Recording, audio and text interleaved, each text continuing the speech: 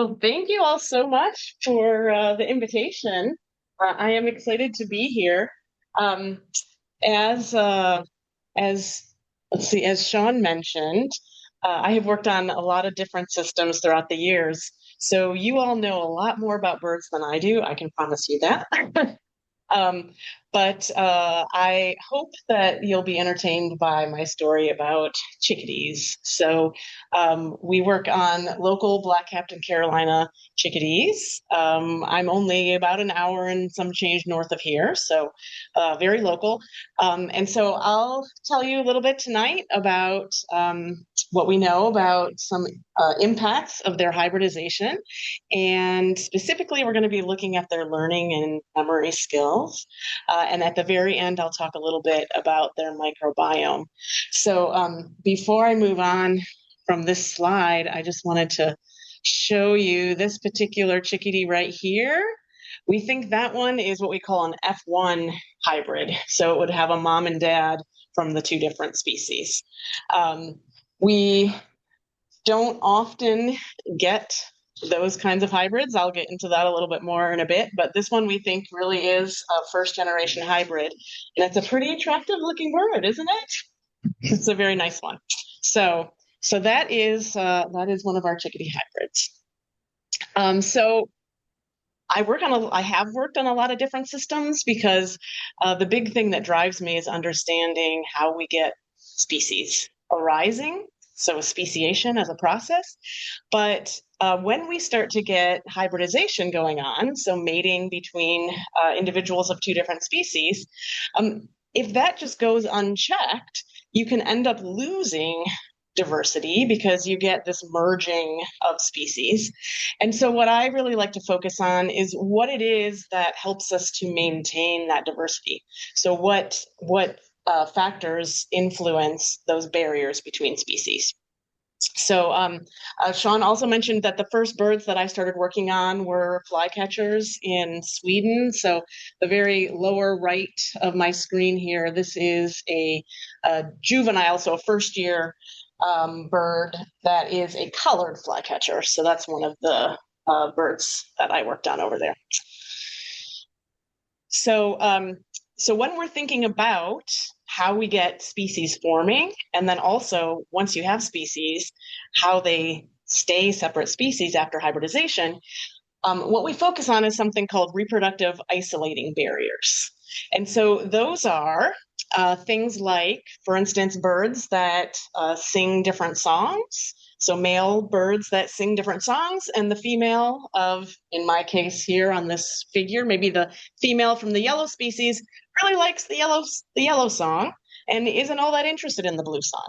And so that means that those preferences and those different courtship songs help to keep the individuals exchanging genes only within their own species and not mixing with the other species. But what I'm going to do is jump to the other side of the diagram over here, and this is what we think about when we're dealing with situations where you do have that mixing, where you do have hybridization. And so sometimes you do have individuals from two different species mating and producing offspring, but you can still have a really strong species boundary if those hybrids do not have high fitness. So what often happens is maybe they're sterile, or they might not even hatch. They might be inviable. But sometimes they do make it past the hatching stage, and you sometimes see situations like here where that hybrid has some traits that make it stand out to predators. And so it's more likely to get eaten before it has a chance to pass its genes on than if it was from the two parent species. You can have situations where the hybrids are not very attractive in terms of finding a mate on their own. Okay, that's another situation that can keep that species barrier strong.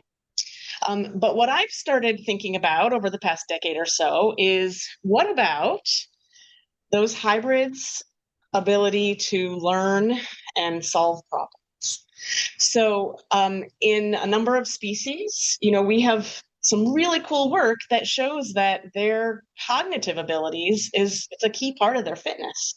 And the chickadees I'm going to tell you about more. They're one of those sets of species.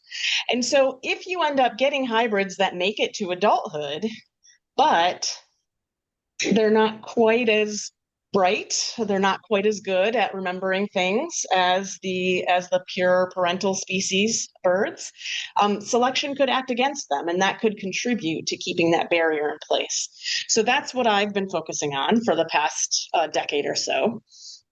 um, and the cool thing about this is that we already know, when we think about what I called those pre-zygotic barriers, so the things that keep the hybridization from happening, we already have some really cool examples of learning playing a role in those barriers, right? So on the left there, these are the flycatchers I worked on in Sweden. They learn their song, okay, and they tend to learn the song of their own species, which means that they're more likely to be attracting a mate from their own species.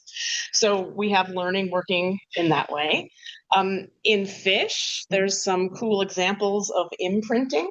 So they learn the fish that hatch from the eggs, they learn traits from their dad that's tending the nest, and that actually helps the females know what kind of mates they prefer when they're adults and ready to mate. So that's, we know quite a bit about how learning can work on the let's make it less likely for hybridization to happen side of things, but we know very little about whether and how learning can impact the hybrids once they are formed. So that's where my work comes in. And so, what I'll be telling you about tonight is some of the work that we've done with chickadees. And we are going to first go through some work that looked at wild caught birds. So birds that we caught, they were already adults. We caught them in the area around Lehigh. I'll show you a map in a bit. And we assessed how, whether or not they were able to learn locations of food items and remember that, as well as the parent species. We also looked at their problem solving. So I'll start with that. And then after that, I'm going to tell you a little bit about some chickadees that we collected when they were just little nestlings. And we raised them in what we call common conditions. Because one of the things that could influence whether or not the chickadees can solve their problems or learn the location of food is brain development and what resources are available while they're growing up. So we wanted to control all that and see if we still had differences in those hybrids. And at the very end, I'll go through some really recent results that look at some of the possible underlying causes for why we might see some differences between the hybrids and the parental species in their cognitive abilities. So, many of you probably already know about the chickadees. So I work on black-capped and Carolina chickadees. And what we see here is the range map for the two species. So the black-capped chickadee range is this gray northern range here. And you can see that it's really a large range. It goes from the east to the west coast and from here all the way north into Canada and Alaska. And I've indicated kind of our approximate location with the yellow star there. The Carolina chickadee is this more southeastern distributed species. And what you can see is that along the northern edge of that Carolina chickadee range, I have it in red, their ranges overlap a bit. And it's quite a narrow hybrid zone, something in the order of like 30 miles from top to bottom, which is really narrow. But it is, we definitely do see that they are mixing, they are breeding with each other in this hybrid zone area. And I am very lucky because Lehigh is located right in that hybrid zone. So that has made it very easy for me to get to these chickadees. And so what we do in my lab is we try and monitor what's going on in these different sites that span across this hybrid zone.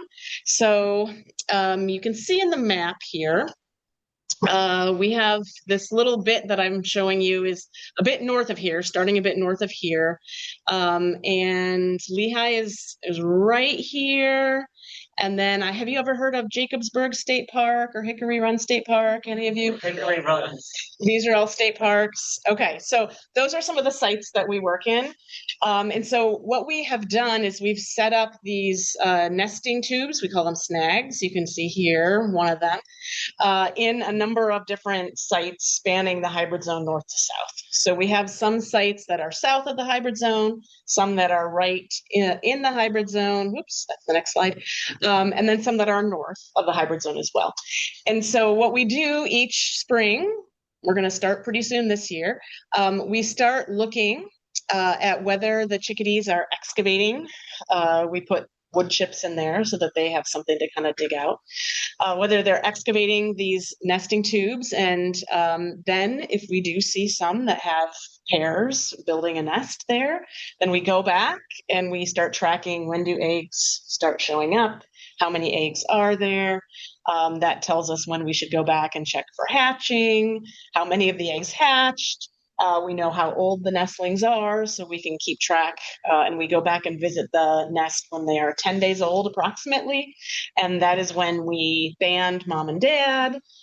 We band the nestlings as well, and we take blood samples from all of them because you may have noticed they look very similar.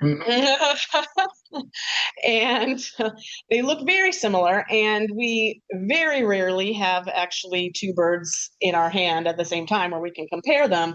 And then on top of that, you have this kind of smear of ancestry in the hybrid zone. And so when we catch them, we do not usually have strong confidence in what it is that we have. If we're far enough north or far enough south, we feel pretty good about it. But in the hybrid zone area, it's kind of anybody's guess. So what you can see down here in the lower right is one of my students taking a blood sample. So we take a blood sample so that we can extract DNA and do some genetics to figure out what we have. And this is some genetic work, some genetic results from quite a while ago at this point, but I'm going to talk you through this so you can understand how we feel pretty confident in this idea that we have not just the F1 hybrids, but those F1 hybrids, the ones that have a mom and dad from the two species, they do have some fertility. So that means that they can actually mate with other individuals and continue their bloodline. And so what we end up with is not just hybrids that are 50% black cap, 50% Carolina. Sometimes we have a 25% of one and 75% of the other, 12.5% of one, and so on and so forth. And so what you'll see there on the upper right, each of these is a little narrow vertical band. Okay, it's a bar. And what we did is we got from museums, we got some samples of Carolina chickadees from Louisiana, way far outside the hybrid zone. We got some from New York for black-cap chickadees. And we were able to get their genotype at a number of different loci across their genome by extracting their DNA and doing some methods to take a look at their genotype, and then run it through a program, and it would tell us, okay, if we know at this locus that, let's say, Carolina chickadees have a base that's a G, right? But black-cap chickadees tend to have an A or something, okay? So we can genotype them all at quite a few different loci, and then do some calculations to figure out how confident are we that this bird belongs in this group, or somewhere in between. And so the orange, the amount of each bar that's orange, that's kind of the proportion we think that is a Carolina chickadee. Okay. And the proportion of each bar that's blue, that's the black-cap chickadee. And so what you'll see is here in the middle, these are all chickadees that we caught on my campus. We've got some that are full blue bars. Those are black-capped chickadees. We have some that are pretty darn close to full orange bars. Those are Carolina chickadees. We have some that are about 50-50. Those would be what we call our F1 hybrids. They have a mom and dad of each. And then we have some that are, you know, mixed, but they're not 50-50. So those are what we would call back-crossed birds. So they had a mom or dad who was an F1 hybrid that then mated with somebody from one of the parental species. So we have quite a range of ancestry. And even though I'm telling you with confidence that these hybrids are fertile, there is still a pretty solid fitness cost to hybridizing. So what you'll see down here in the lower right is us taking a picture of one of the nests in our hybrid zone. This is a 10-day-old nestling surrounded by sibling eggs that didn't hatch. So we tend to find around, I would say, 6 to 9 eggs in these chickadee nests. And when you are north and south of the hybrid zone, they all hatch. Like, it is incredibly rare that we find one that doesn't hatch. They all hatch. In the hybrid zone, it is not uncommon that we get something closer to this. So there is definitely a fitness cost to hybridizing when it comes to what mom and dad are going to, produce in terms of offspring out of that mating. But some of them do hatch and some of them do make it. And so we're interested, even with that small number that seem to hatch and make it, could selection be acting against those birds to make that barrier strong still? And so the behavior that we're really interested in, this cognitive behaviors, it's really important in chickadee fitness for them to be able to survive the winter because they don't migrate. And so what they do is during the fall and winter, late summer and fall, they will hoard seeds throughout the environment, like tens of thousands of locations.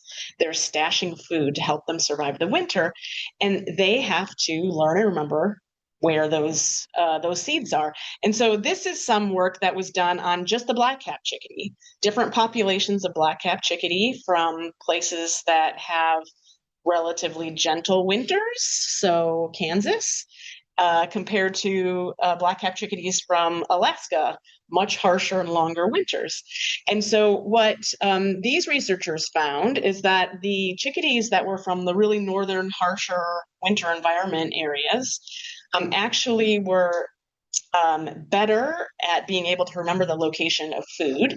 So they were able to learn and remember the location of where seeds and other things were hidden better than the ones from Kansas. So that suggests that, first of all, there is a genetic basis to their learning and memory abilities, and selection acts on those traits. So in areas like Alaska, where you've got pretty harsh winters, the ones that manage to survive and reproduce are the ones that are really quite strong at their spatial learning and memory. And so that is a really cool trait when we think about how hybridization could impact something that is important for fitness after they make it to adulthood. And so what we were interested in looking at is whether those hybrids that we catch right around here, are they as good at learning and remembering the location of a food item as the parent species are? And so here we see, this is a big board that has 60 little pockets. So each of these little black things is a little pocket. And we've covered them up with these little pom-poms. That's what the white things are. And so what we do with this test is we stash a little waxworm, which they love to eat, in one of these pockets randomly chosen, okay? And when we catch a chickadee from the wild, we bring it in, and after we train it kind of how to use this board a little bit, we give it this board with one of those 60 pockets has something it might like to eat in it. And we let it take a look and see if it can find it. Right? And that first day, it's just random chance. It eventually finds that worm. Okay. But what we do is the next day, we do the same thing, put the worm in the same spot, and we count how many tries does it take for the chickadee to find that worm. And then we do it another day. We do it another day. And we keep track how many times does it have to look in a new pocket to find it. And so what I've got here is a video for you to see a black-capped chickadee after it's done this 5 days.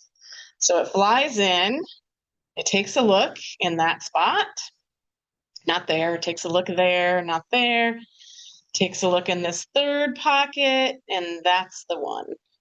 So only 3 tries out of 60, far better than random chance. And as you might have noticed, even the first 2 that were errors were really close to where that worm actually was, right? So it certainly had learned the at least approximate location. So that is one of the tests that we gave black-capped, Carolina, and hybrid chickadees that we caught to see how our hybrids do when it comes to learning and remembering locations of food. And what we found was that the hybrids were not as good. So there's a lot here on this figure. Let me show you on the bottom here, we have basically how hybrid are they. Okay, so the very left version, these are the ones that are what we call the F1 hybrids. So they're 50-50. And on the right, we've grouped together both black-caps and Carolina chickadees. Okay, so they're the pure parental species. And each of these lines is how many days into the test were they?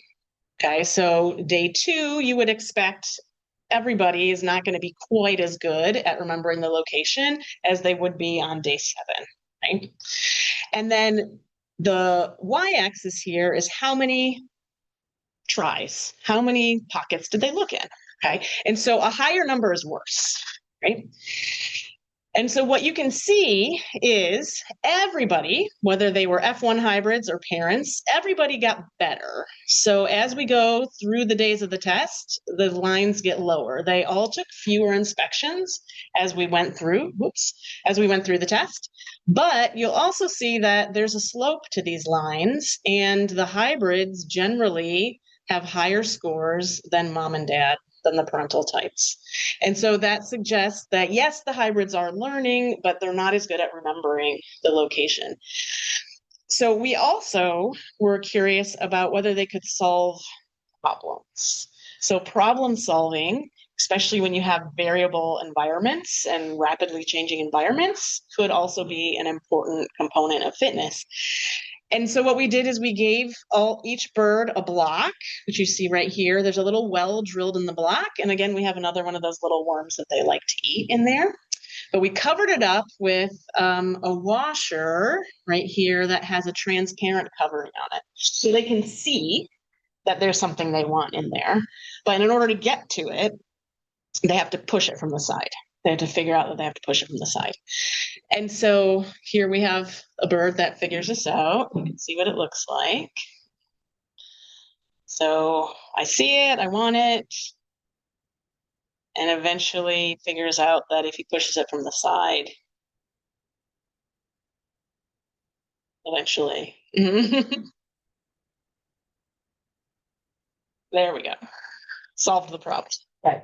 So it turned out that the black-capped and the Carolina chickadees, again, ones that we caught from the wild in the fall and winter, almost 100% of them were able to do that. We gave them, I think it was an hour max, but most of them did it much faster. There was one black-capped out of those 14 that didn't. But with the hybrids, it was something more like 60%-ish of them managed to do it. So again, we think that could be something, especially with rapidly changing environments that we're experiencing these days. I mean, think of just March, for instance, that we had this year. There's a lot of variation out there, and being able to deal with unusual situations could be an important aspect of their fitness. So it's possible that this could influence hybrid fitness as well. But like I mentioned to you earlier, The fact that our hybrids aren't doing well, maybe it's because mom and dad didn't feed them as well, right? When they were in the nest, maybe mom and dad were like, yeah, they're my kids, but or maybe maybe they were in an environment where there just wasn't as much food. And so there's a number of different possible environmental influences that could have explained why our hybrids didn't do as well with these tests. And so what we did next was we collected nestlings when they were just 10 days old and brought them into the lab and raised them all with the exact same food and the exact same environment and tested them again.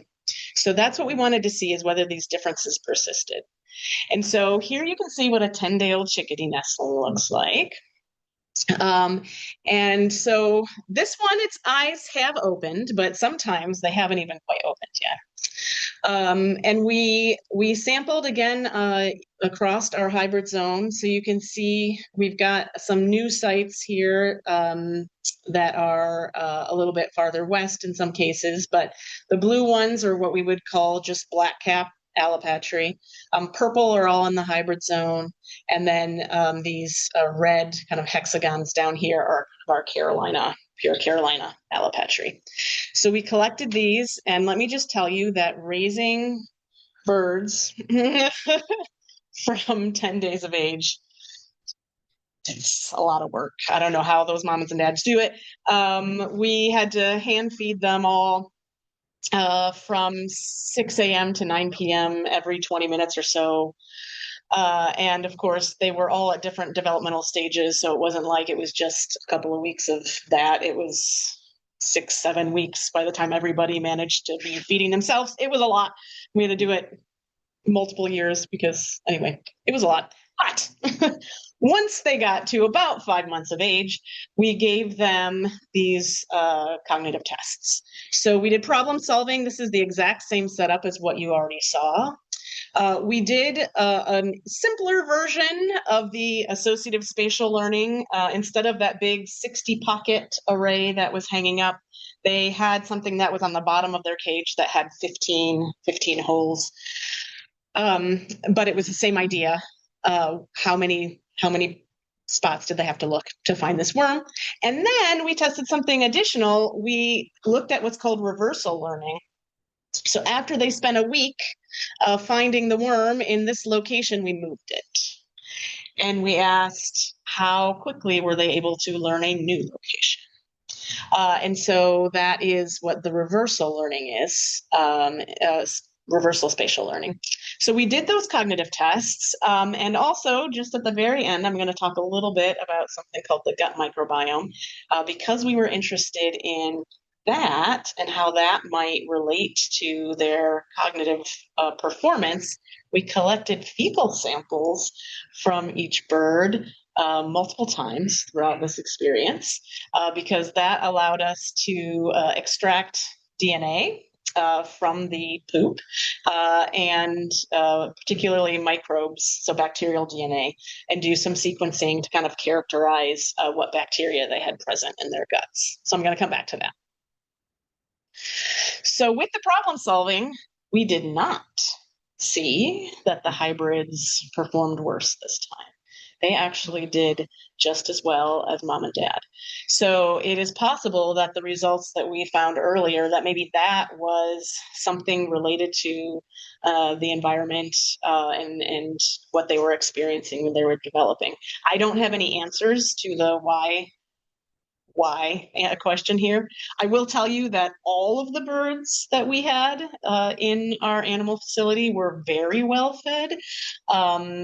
Maybe mom and dad were a little chunkier than they are out in the wild as well. So it's possible that we kind of erased any differences that might have been there because they were so well fed. But I'm not sure. So that was pretty interesting. So the problem solving, the hybrids were doing just fine. Here we have, since you didn't get to see this type of test, this is what it looked like in the animal facility. So this is a bird that, again, has done this a few days, so finds it on second try. So that was our associative spatial learning there. And again, the reversal learning test was exactly the same setup, but just the worm got moved to a new spot. So when we looked at our results this time around, we found that when we looked at the males, actually the male hybrids did just as well as the parents. So on the left, we have the results from the males. And again, we have the hybrids here on the very far left. And then if you look right here at the middle, this is the ones that are coming up as pure black-capped or Carolina. Again, the day are the different colors, and you can see they get better. So everybody learns, but you can also see those are flat lines. Those hybrids did just fine compared to the parental types. So the males, we did not see that same thing that we had seen with the wild-caught birds.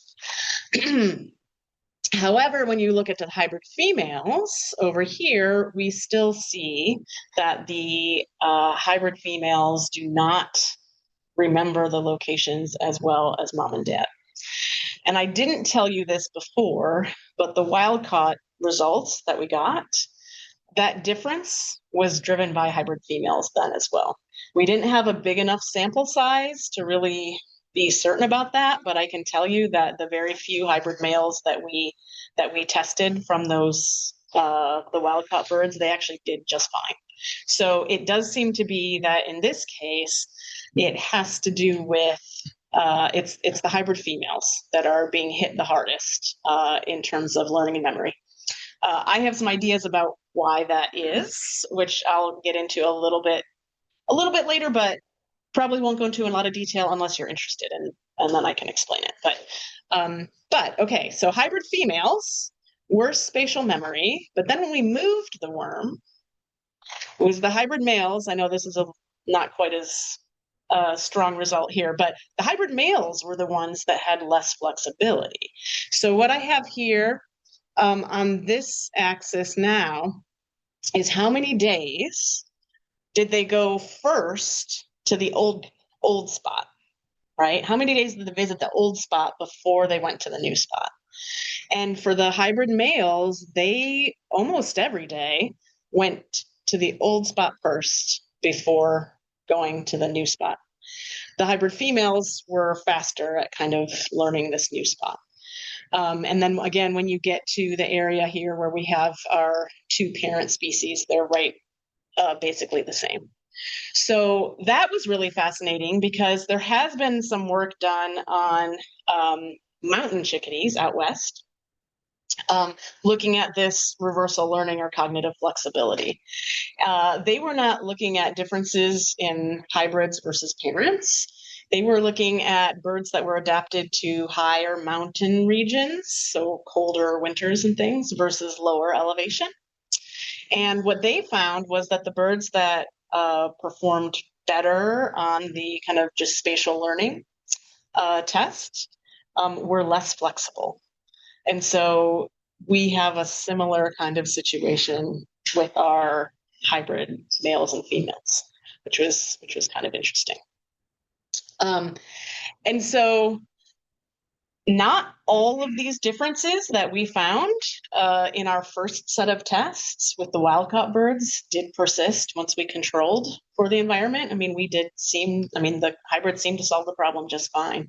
But it does seem like some of it is still there, which suggests to us that some of the underlying explanations might be possibly related to genetics.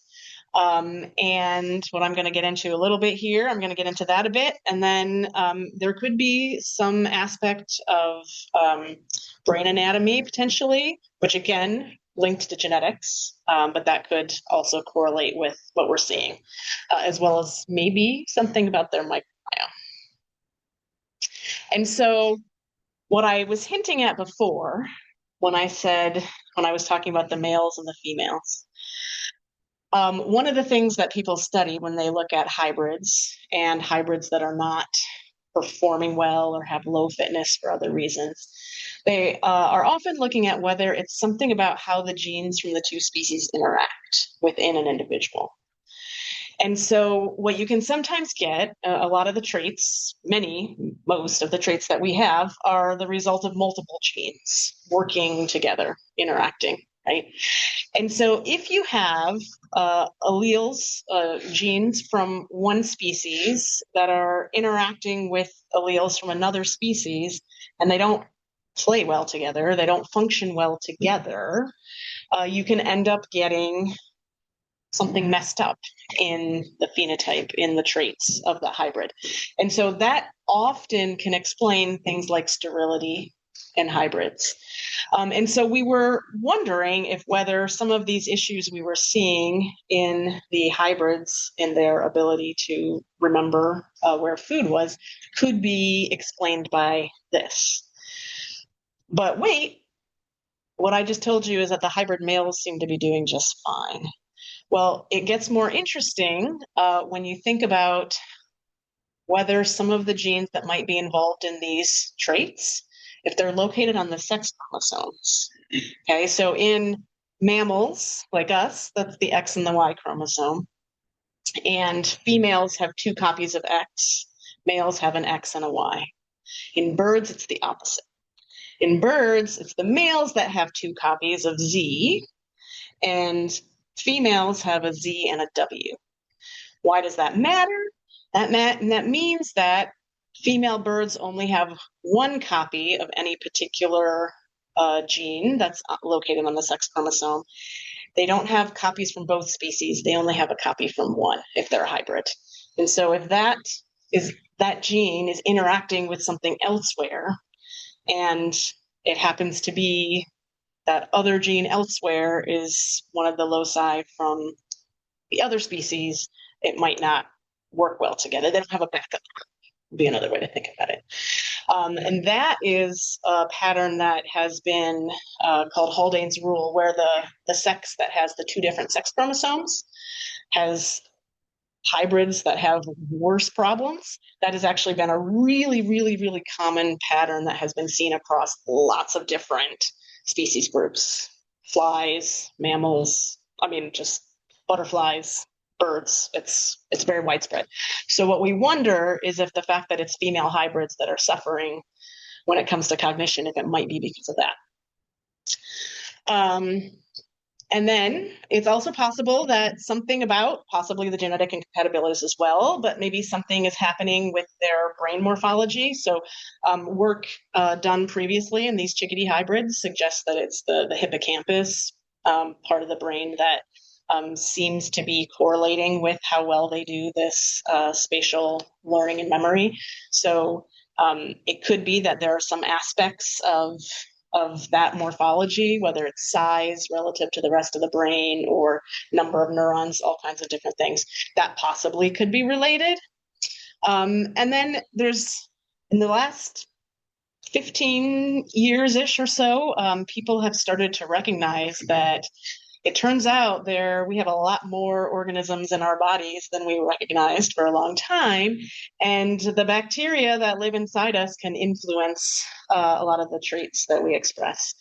And there has been a lot of really cool work on what's called the gut-brain axis. So microbes in the gut influencing cognition, learning, memory, and also even in mice, they've looked at things like anxiety and depression. I mean, there's a number of different traits. They're starting to see relationships between the microbiome and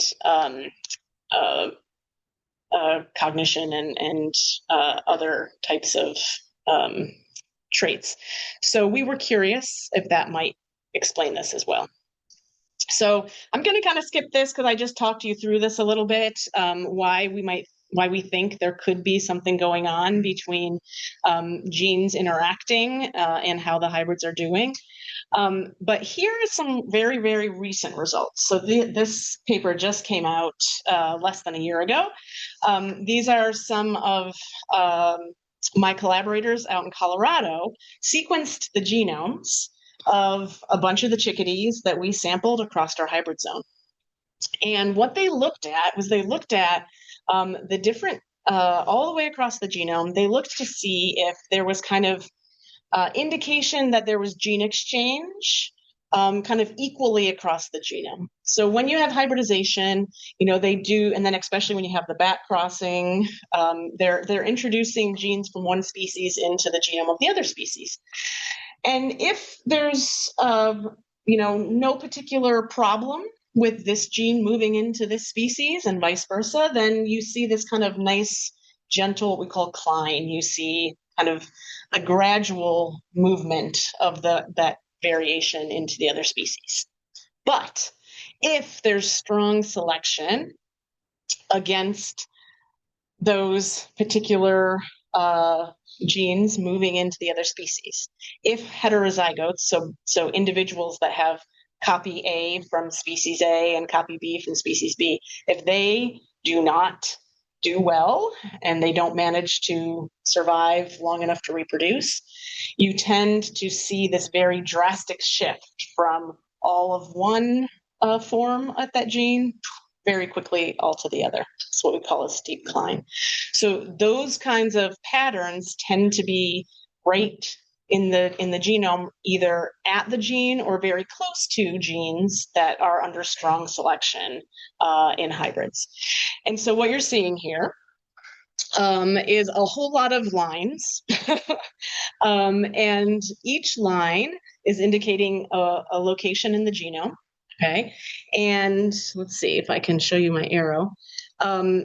A frequency at 0 here would be, that means that it's like 100% of the gene that comes from one of our species. So the Carolina chickadee, they've just got 2 Carolina chickadee alleles.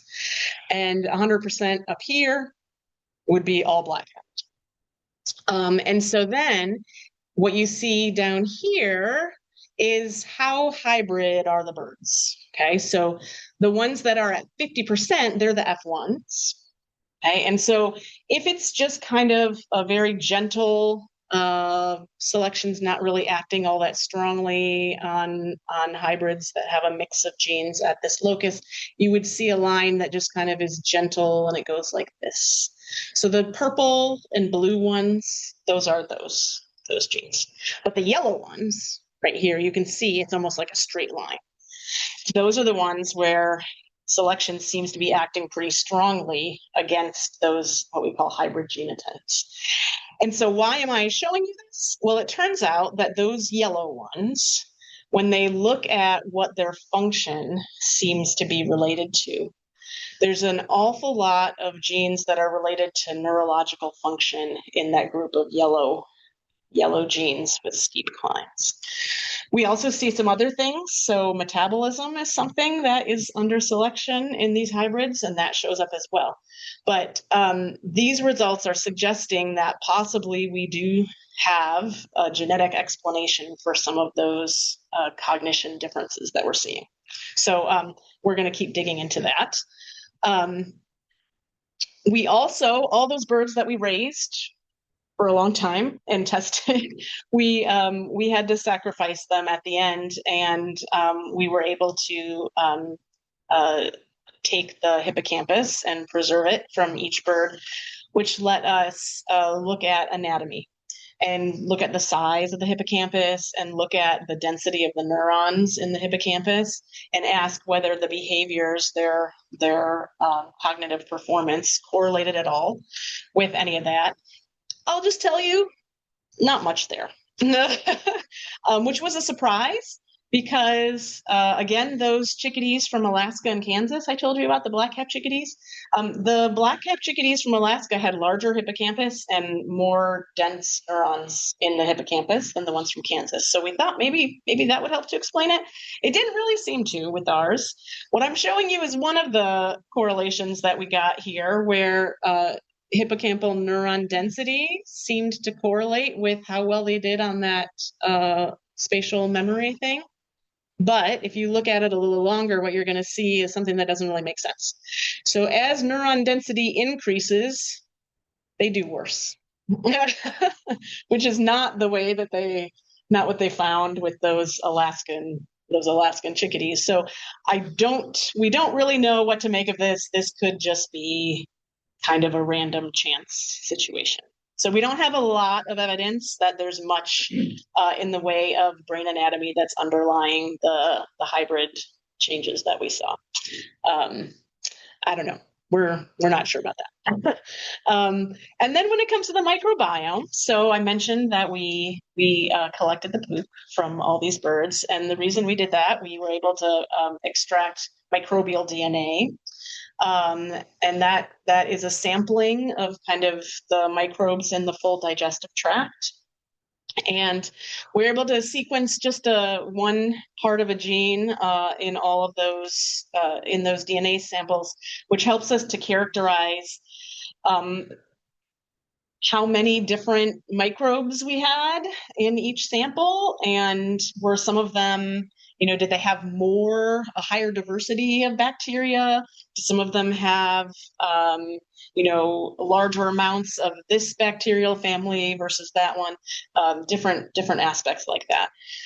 And what we were able to see was that it did seem that the reversal learning, so the cognitive flexibility piece, did seem to be correlated with some of the aspects of the microbiome. So the more diverse microbiomes in terms of more different numbers of bacterial taxa, they tended to, those kinds of microbiome communities that were really diverse seemed to be in birds that had more flexibility, cognitive flexibility, which was kind of interesting. We also found that there were particular bacteria that seemed to be kind of correlated with performance on all of the tests that we gave them. Again, we don't have a lot of detail on this, and this is very, very new results, hasn't been published yet. So it's possible that we'll be able to dig into this some more in the future. We'll see. But the kind of main point of the story here is that we do think selection is acting against hybrid chickadees because of their learning and memory abilities not being quite up to snuff. The genetics, the signature in the genetics seems to be consistent with that, and these differences are persisting even in common environments. So we've got the wild-caught hybrids, the ones I showed you first, that seem to be worse at remembering where food is and worse at problem solving, and then the ones that we raised in these common conditions with plenty of food, believe me. The hybrid females still are doing worse. The male hybrids were not quite as flexible. And then we think it's possible that the genetic incompatibilities in particular seems to be probably the strongest explanation so far for what we've seen. And there could be some other things going on that we still have to dig into. So what we're excited about is that our work is really suggesting that it's possible that what happens to hybrid learning and memory could be one of the things that helps us to keep those barriers between species still strong, even when you have hybridization happening. And we're hoping that people start to look at cognition and how it's impacted by hybridization in other species, now that we know that it could be having a role in chickadees. So before I thank a lot of people and tell you all people that did all this work, I wanted to let you all know about this. So you may already know about this, but one of my collaborators and friends, he's the one who did the genomics work that I just showed you a few slides ago.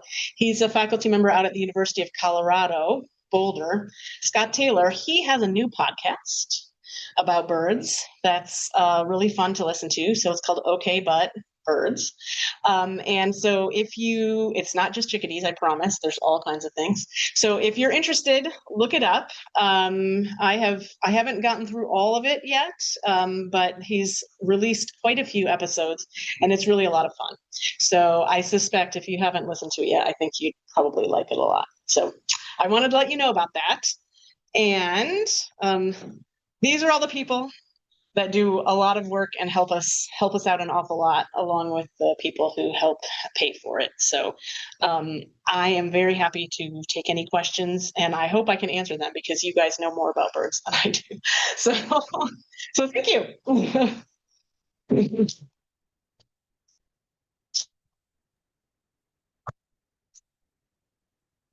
It should be mentioned that Bob Curry which is one of your acknowledgments, spoke to the club many times. He was a friend of the club and spoke to them about hybridization. Yes. Not on this level. He was just talking about the hybridization between the Black Cap and the Carolinas. I suspected that you all knew him, and he retired just a couple of years ago.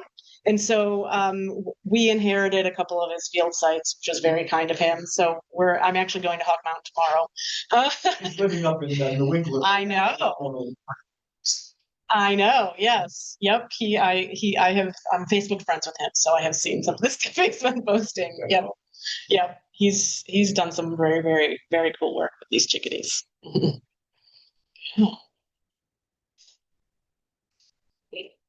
Here's a 10 question. I'll try to throw them at you one at a time. Okay. But in your learning and your cognitive studies, you had one parent, one species, the other species, and hybrid. Okay. What hybrids? Were they all the same? Were they all like F1? Good question. Would have some F3, F4s Yes. in there where you had a lot of selection going on for the generation. Yeah. And what you're looking at is the survivors, the ones that did well. Right. No, you're absolutely right. So with the very first round of birds that we did, the wild caught birds, we didn't sequence their whole genomes at the time that we did our analyses. We managed to characterize, so let me show you here. Let's see. We managed to get a sense for whether they were somewhere. There we go. Okay. So on the x-axis, if they were F1s, they're these ones. If they're F2s, they're more like these ones, and so on and so forth. So we had some idea of how back-crossed they were, but it was based on just 10 markers, which is a very undersampling of the genome. So Scott Taylor, the one that has that podcast I just told you about, we actually sent him the DNA. So they have now sequenced the full genomes of these birds. So this work was published in 2018. And so he now has the full genome sequences and they're analyzing it. And so we'll be able to go back and reanalyze now that we will have the whole genome sequences for these ones. But I can tell you that the ones that we raised in the lab, these ones, those we have, this is all based on, that is all based on whole genome sequences. So all of the ancestry along this x-axis is based on that. We did not have as many, we think it was mostly back-crossed individuals. We had very few what you would kind of consider early generation hybrids. And we wish we could have had more of them, but when we collect them, we don't know what we're getting. So that is a very good point, that if we had a much better representation of F1 hybrids, these results could change. It's possible that the results we got could have been a stronger signal, or not, I don't know. But it is a really interesting point, because one of the things that, especially with the wild caught birds, right, the ones that we sampled, they had made it in the wild for some period of time. And yet we still did see this signature of the hybrids not doing as well. These ones, we really took good care of. And so when we tested these birds, the ones that we raised, it's entirely possible that the vast majority of them, probable that the vast majority of them wouldn't have made it in the wild had they been out on their own doing this. And so what we have here might not be representative of what is actually happening in terms of what the hybrids that have made it past a certain stage out in the wild. Maybe they're actually, doing okay, but it's a good question. We don't know. Also, what I asked is you control for food for the birds that you're tested, and I'll tell you why I'm asking that question. Mm-hmm. In your reversal paradigm, yeah, the birds that didn't do as well, they just kept trying at the old location. Yeah. Now, what we know about birds and humans and species across is that youngsters tend to try everything. Mm-hmm. You know, like little kids are into everything. They try everything.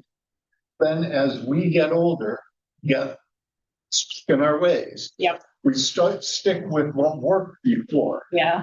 Which would make us worse at the reversal test. Yes. No, you're right. So, with these, did you control for age? absolutely. So with these captive birds, because we collected them basically at 10 days of age, we knew exactly how old they all were.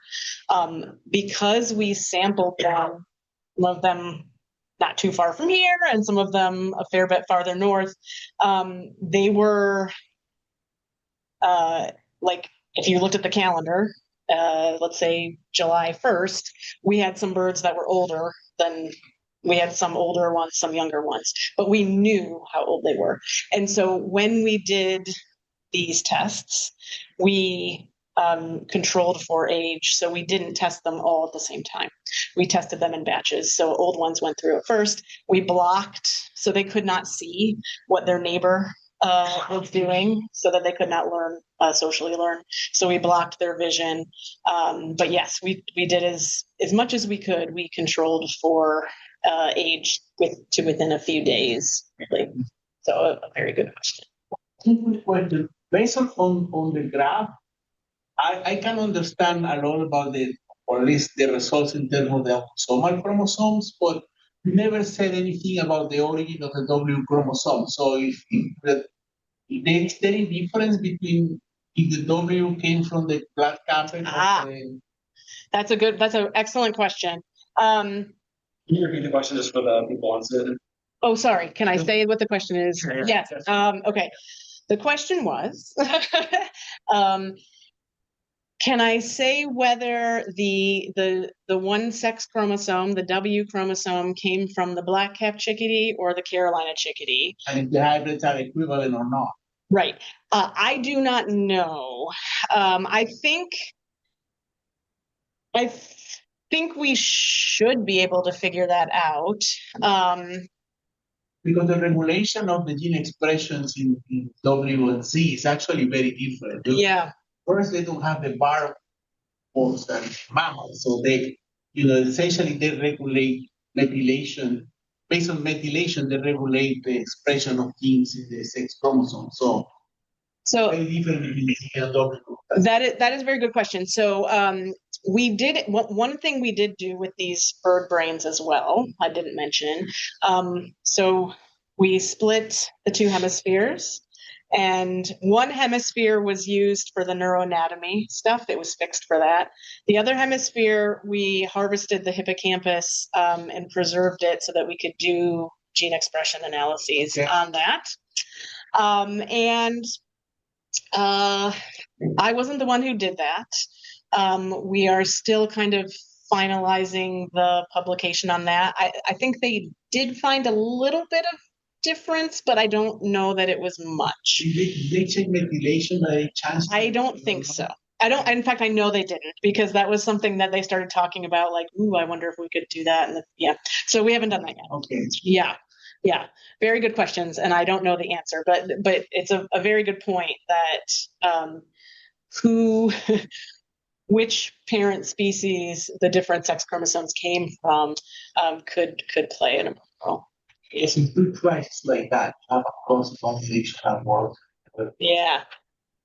Well, and I can tell you too that one of the things that was kind of a bummer. So this project was really difficult in the sense that when we collected those nestlings, we collected as many as we could, but we did not know for quite a while what we had in terms of ancestry.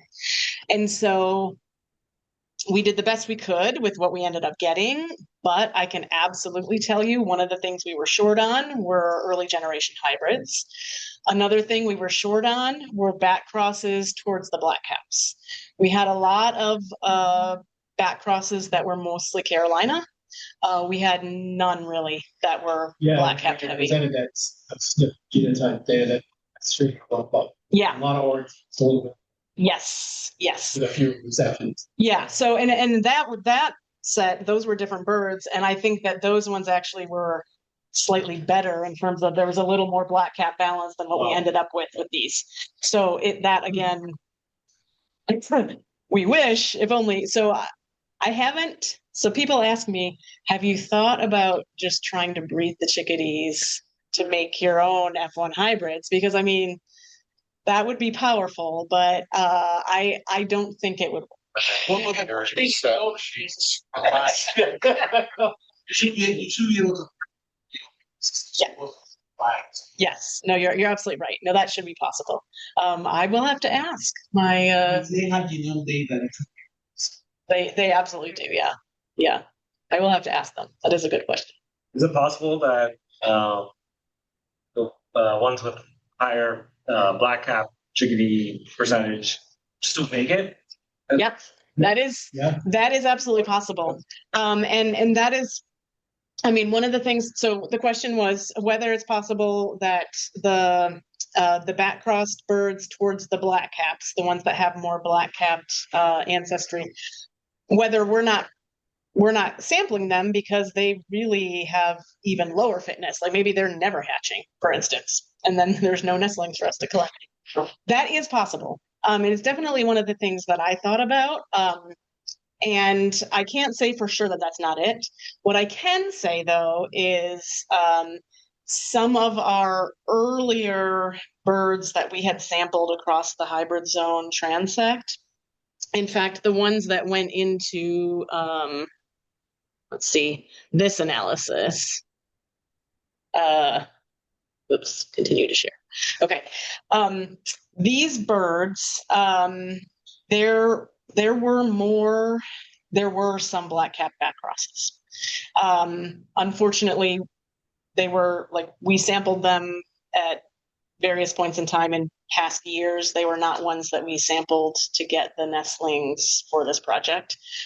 So the fact that we have sampled them in the past makes me think that that wasn't at least not the only issue, but it could be part of it because definitely like there's been all kinds of amazing work done with model systems like Drosophila, looking at these genetic incompatibilities and things like that. And they often do see results where one direction of the cross works better than the other. So it is possible that some of that's going on. Yeah.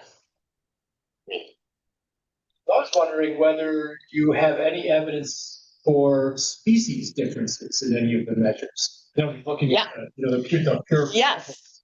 Yeah. So the question was whether we saw differences between the black caps and the Carolinas in any of the things we looked at. Way back, so if we go back 10 years now, that's what I expected we were going to find when we started that very first project. I thought we were going to have the black caps. I mean, they're the ones with that northern distribution, right? They were going to be better.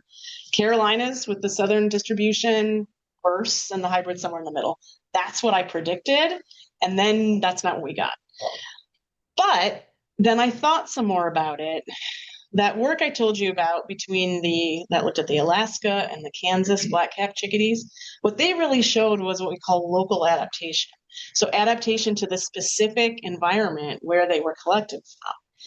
Those black-capped and the Carolinas that we tested were all from pretty close by.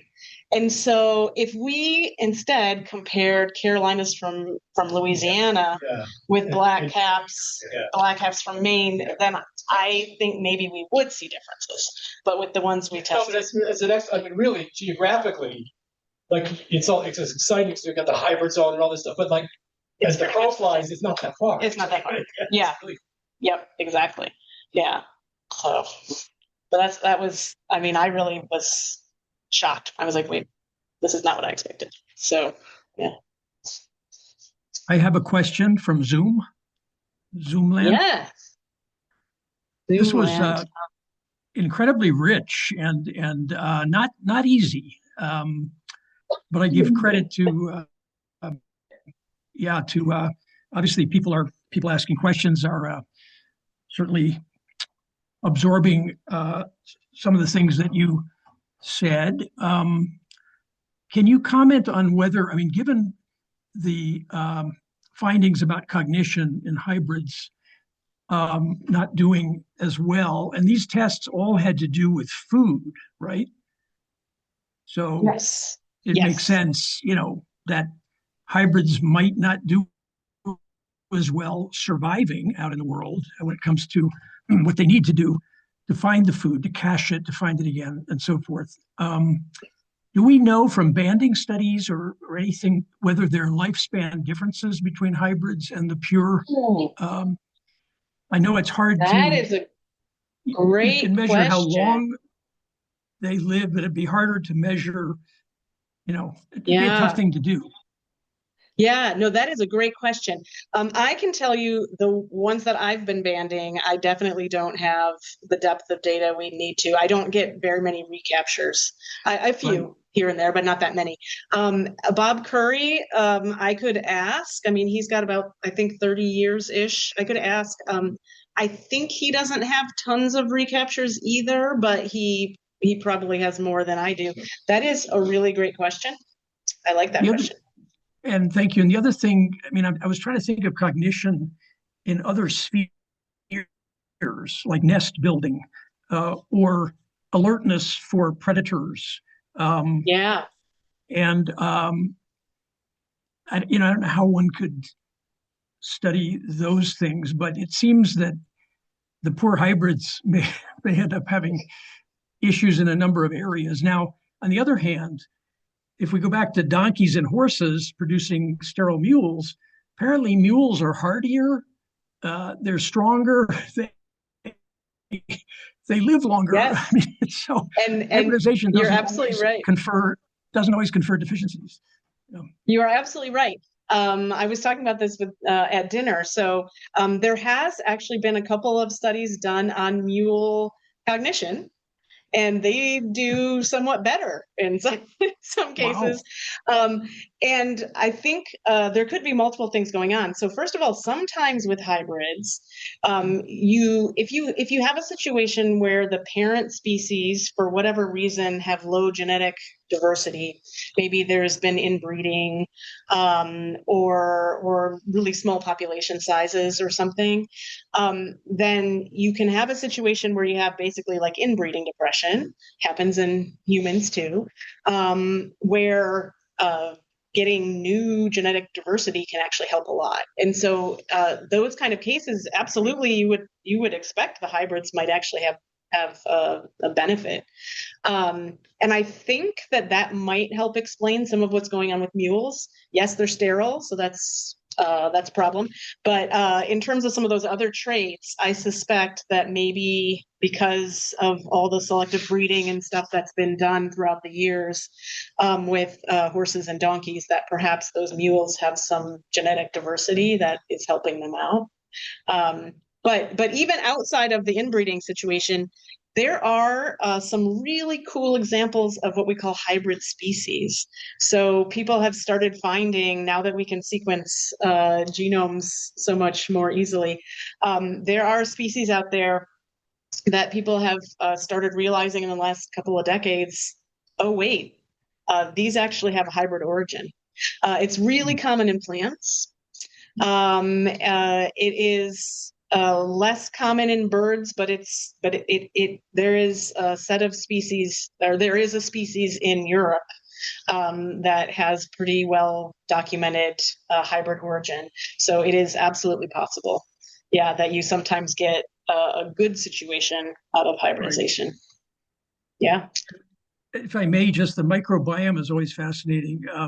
So much is happening in so many areas in science and medicine, and it seems like that can go either direction. The greater diversity of within the microbiome seen in those chickadees that did better, that had greater cognitive flexibility, right? Do I have that right? Mm-hmm. Right. Do they because they have greater cognitive flexibility, are they somehow exploring their world in a way that's different or more creatively, and therefore they're getting a more diverse microbiome? Or is there something about the synergistic effect of this greater diversity of microbiome that's somehow affecting their brain differently? Do we know anything? Do we know anything about how the microbiome affects the brain? I know it's a big question. That's a great question. We don't. At the moment, we don't. This is the very tip of the very beginnings Right. of work on it. But I think you're absolutely right that it could be that. I mean, certainly the flexibility that we saw with the reversal learning results. I mean, that could be a really important aspect of their fitness in certain environments in particular, maybe more than others. Um, yeah, the microbiome stuff is really a big open. We there's a lot of different Yeah. directions we could take that in, and I think it could be really interesting. It's very new stuff, but yeah, Right. I think it's very cool. Cool that you threw that in. Yeah. Thank you. Sure. Okay, another. So you found that birds are the more diverse microbiome explored. Mm-hmm. Where do you get your microbiome from? What you eat.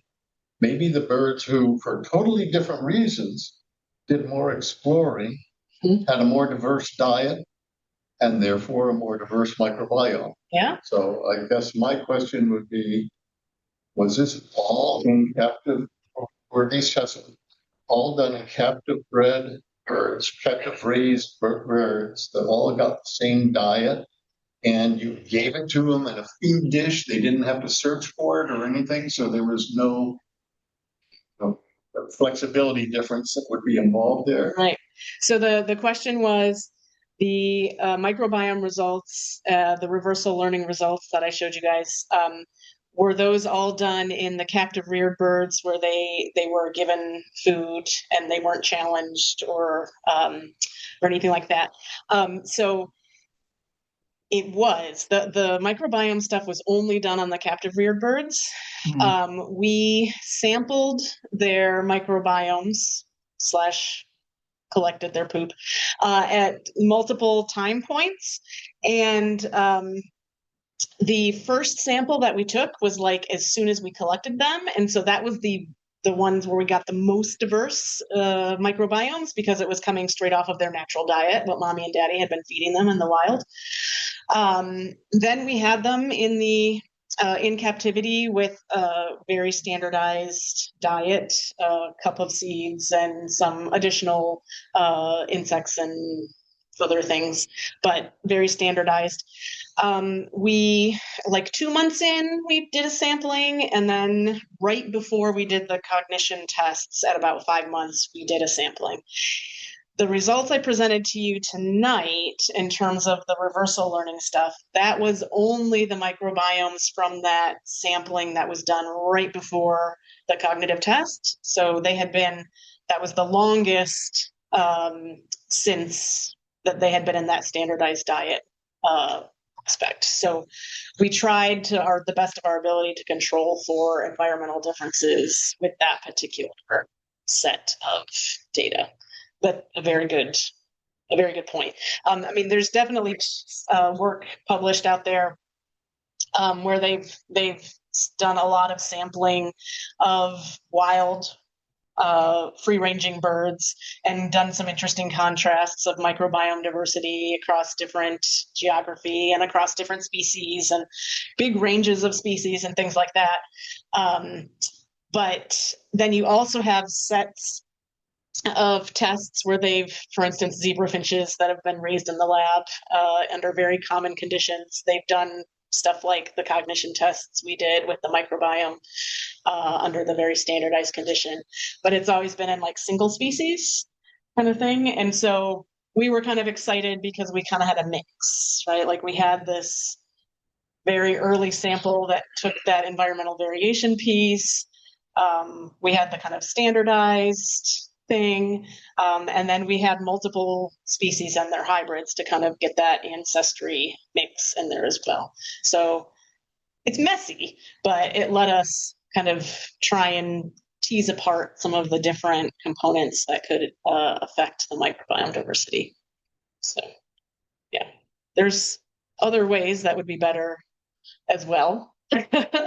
So maybe sometime in the future. Yeah. Good questions. I have a quick question. Yes, Patrick. About your your spots that you were doing your testing at, Mhm. Hickory Run State Park was black hat, Yes. but Tuscarora you said was kind of in the hybrid zone? Tuscarora, we thought that that was full black cap. Exactly. Yeah. When we did the whole genome sequencing, there were just, they were there was a little bit of mixing. It was not much. So it was still black cap, but we did have like a hybrid that popped up there. So that. Making their way up there. Exactly. Yeah. It'll be a Hickory Run soon. Yeah. Yeah. We were surprised when we found that. Because going back to Bob Curry, the Tuscarora was one of his sites, and that was his north. So researchers. Yeah, yep. So that was his northern site, and I mean, for multiple years he was just getting black caps, but it seems like that's not the case anymore. Yeah, yep. So, yeah. Thank you. Excellent. Thanks.